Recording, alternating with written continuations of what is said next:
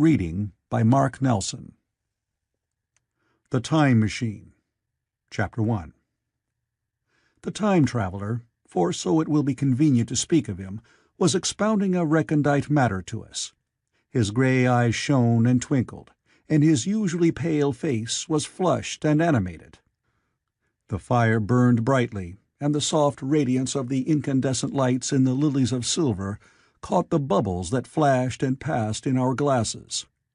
Our chairs, being his patents, embraced and caressed us rather than submitted to be sat upon, and there was that luxurious after-dinner atmosphere when thought roams gracefully free of the trammels of precision.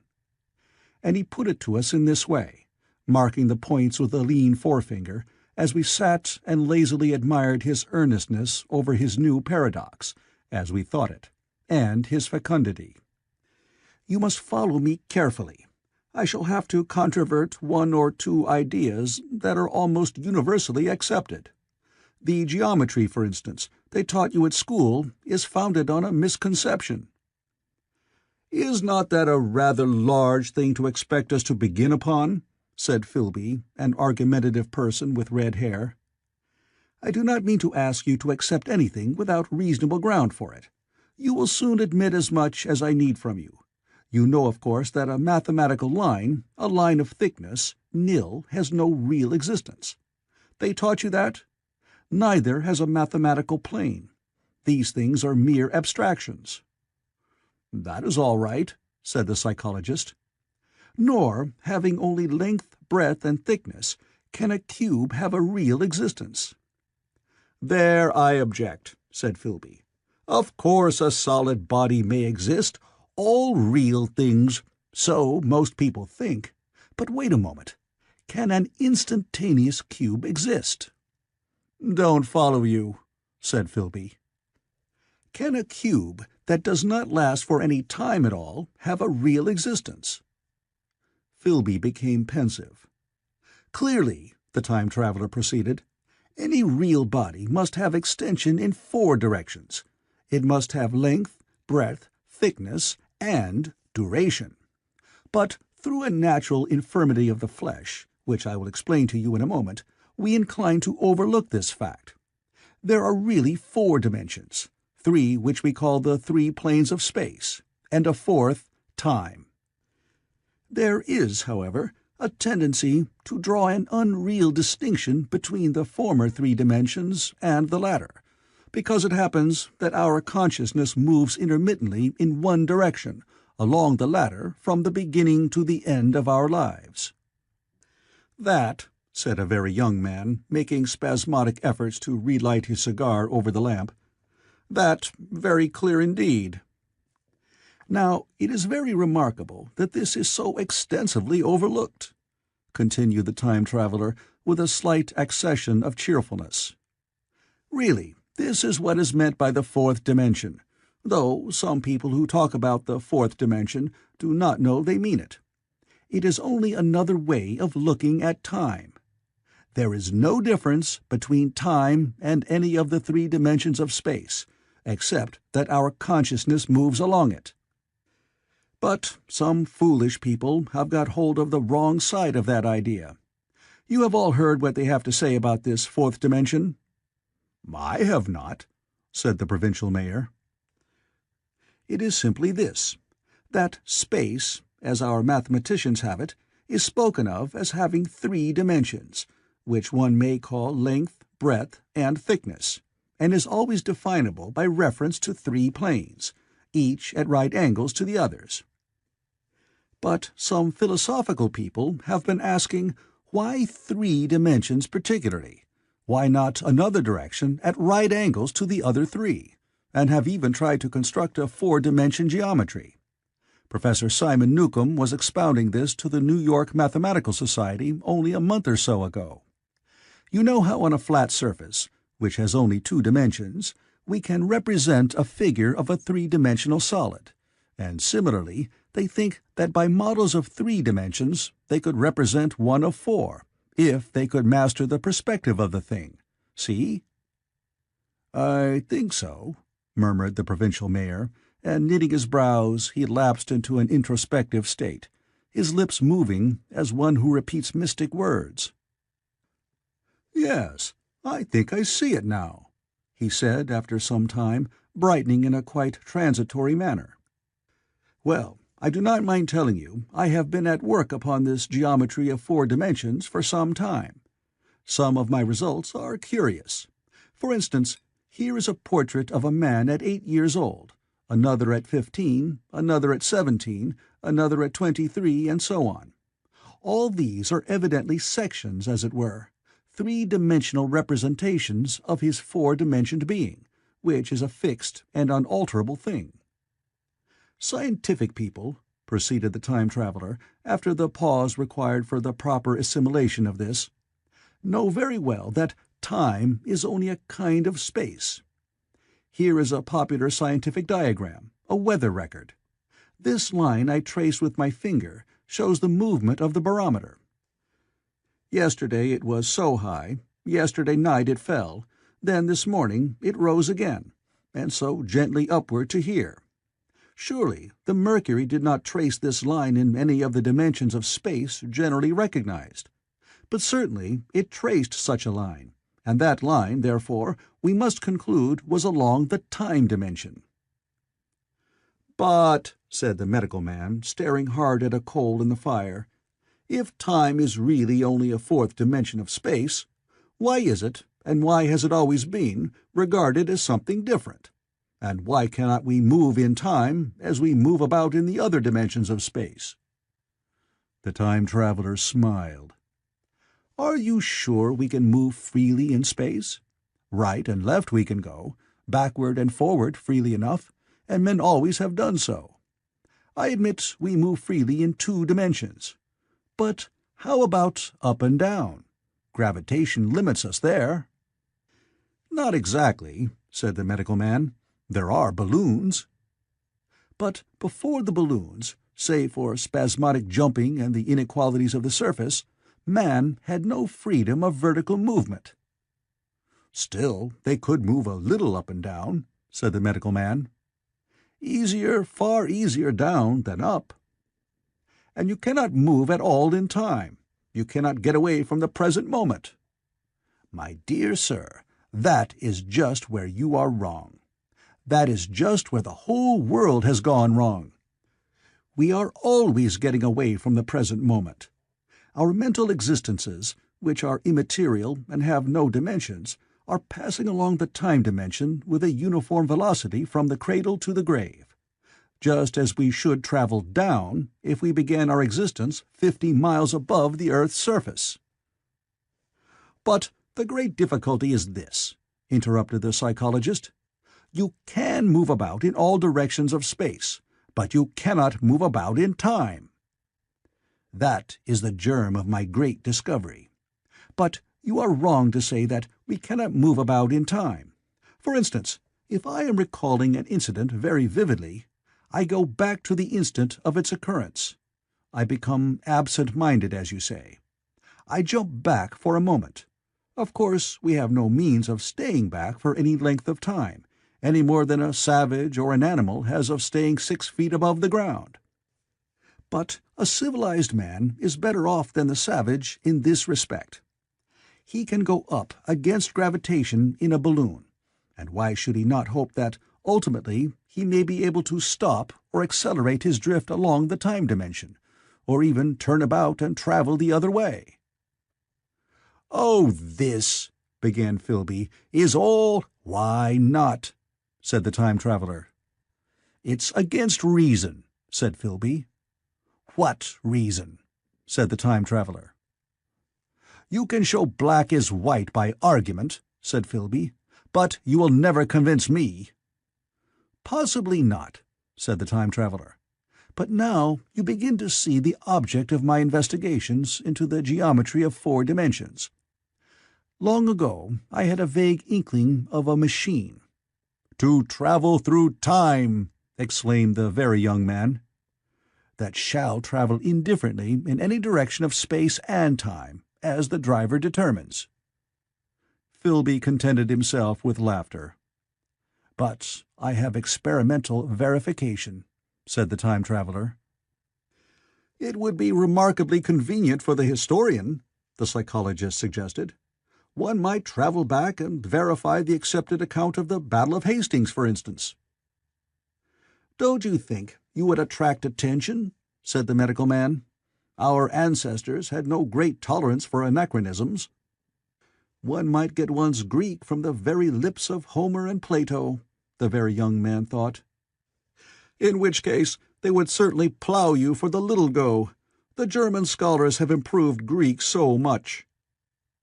"Then there is the future," said the very young man. "Just think, one might invest all one's money, leave it to accumulate at interest, and hurry on ahead." "To discover a society," said I, "erected on a strictly communistic basis." "Of all the wild, extravagant theories," began the psychologist. "Yes, so it seemed to me, and so I never talked of it until—" "Experimental verification!" cried I. "You were going to verify that?" "The experiment!" cried Philby, who was getting brain-weary. "Let us see your experiment, anyhow," said the psychologist, "though it's all humbug, you know." The time traveler smiled round at us. Then, still smiling faintly, and with his hands deep in his trousers pockets, he walked slowly out of the room, and we heard his slippers shuffling down the long passage to his laboratory. The psychologist looked at us. "I wonder what he's got." "Some sleight-of-hand trick or other," said the medical man, and Philby tried to tell us about a conjurer he had seen at Burslem. But before he had finished his preface, the time traveler came back, and Philby's anecdote collapsed. The thing the time traveler held in his hand was a glittering metallic framework, scarcely larger than a small clock, and very delicately made. There was ivory in it, and some transparent crystalline substance. And now I must be explicit, for this that follows, unless his explanation is to be accepted, is an absolutely unaccountable thing. He took one of the small octagonal tables that were scattered about the room, and set it in front of the fire, with 2 legs on the hearthrug. On this table he placed the mechanism. Then he drew up a chair and sat down.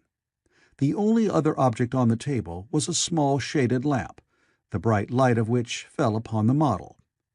There were also perhaps a dozen candles about, 2 in brass candlesticks upon the mantel, and several in sconces, so that the room was brilliantly illuminated.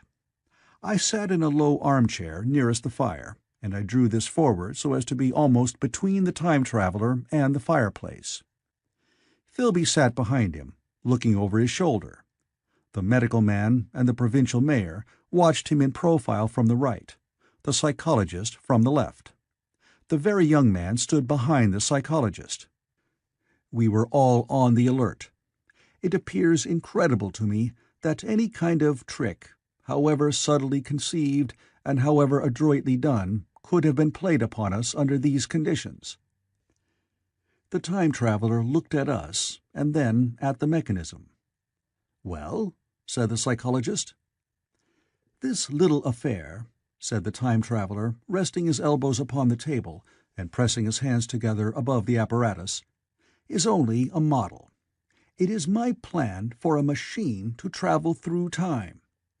You will notice that it looks singularly askew, and that there is an odd twinkling appearance about this bar, as though it was in some way unreal." He pointed to the part with his finger. "Also, here is one little white lever, and here is another." The medical man got up out of his chair and peered into the thing. "It's beautifully made," he said. "It took 2 years to make," retorted the time traveler. Then, when we had all imitated the action of the medical man, he said, "Now, I want you clearly to understand that this lever, being pressed over, sends the machine gliding into the future, and this other reverses the motion. This saddle represents the seat of a time traveler. Presently, I am going to press the lever, and off the machine will go. It will vanish, pass into future time, and disappear. Have a good look at the thing. Look at the table, too, and satisfy yourselves there is no trickery. I don't want to waste this model and then be told I'm a quack." There was a minute's pause, perhaps. The psychologist seemed about to speak to me, but changed his mind. Then the time-traveler put forth his finger towards the lever. "No," he said suddenly. "Lend me your hand." And turning to the psychologist, he took that individual's hand in his own and told him to put out his forefinger. So that it was the psychologist himself who sent forth the model time machine on its interminable voyage. We all saw the lever turn. I am absolutely certain there was no trickery.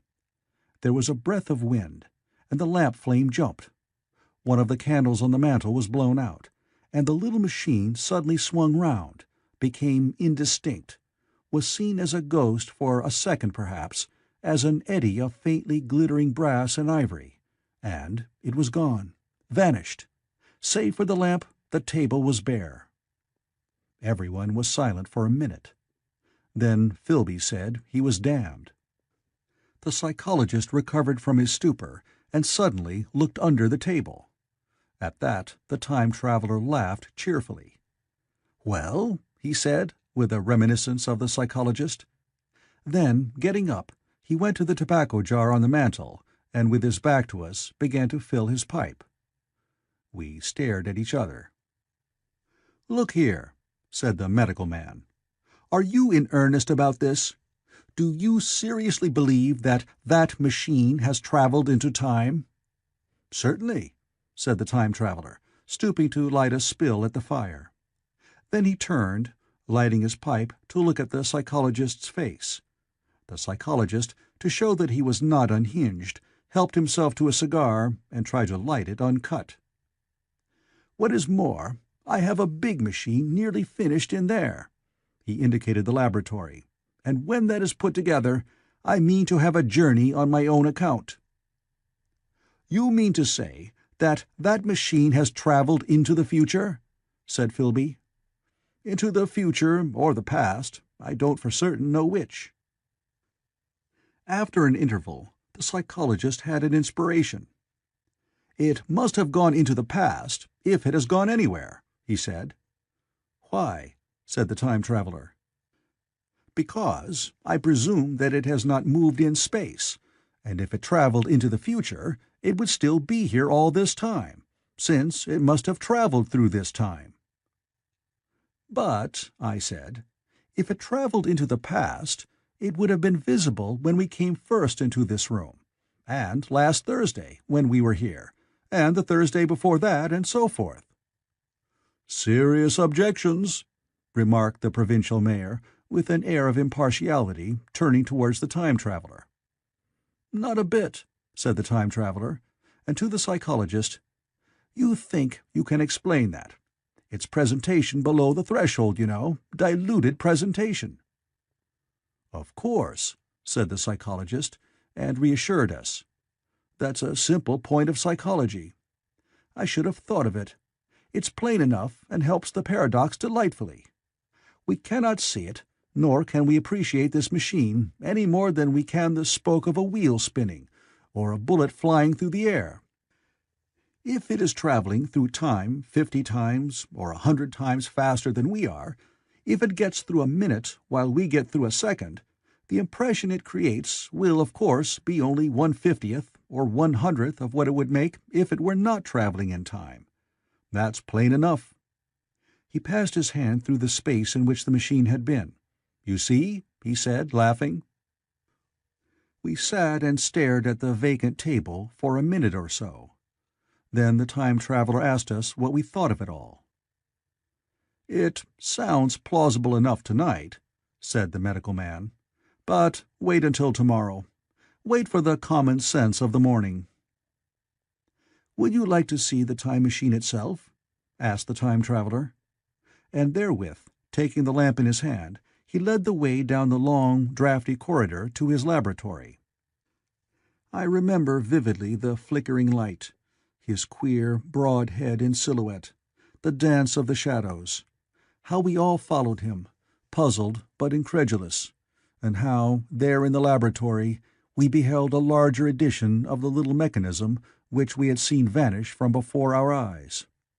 Parts were of nickel, parts of ivory, parts had certainly been filed or sawn out of rock crystal. The thing was generally complete, but the twisted crystalline bars lay unfinished upon the bench beside some sheets of drawings, and I took one up for a better look at it. Quartz it seemed to be.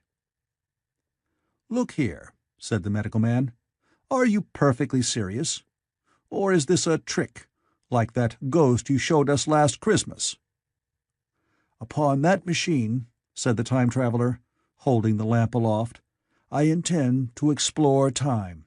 Is that plain? I was never more serious in my life." None of us quite knew how to take it.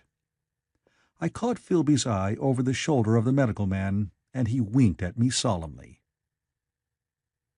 End of Chapter 1.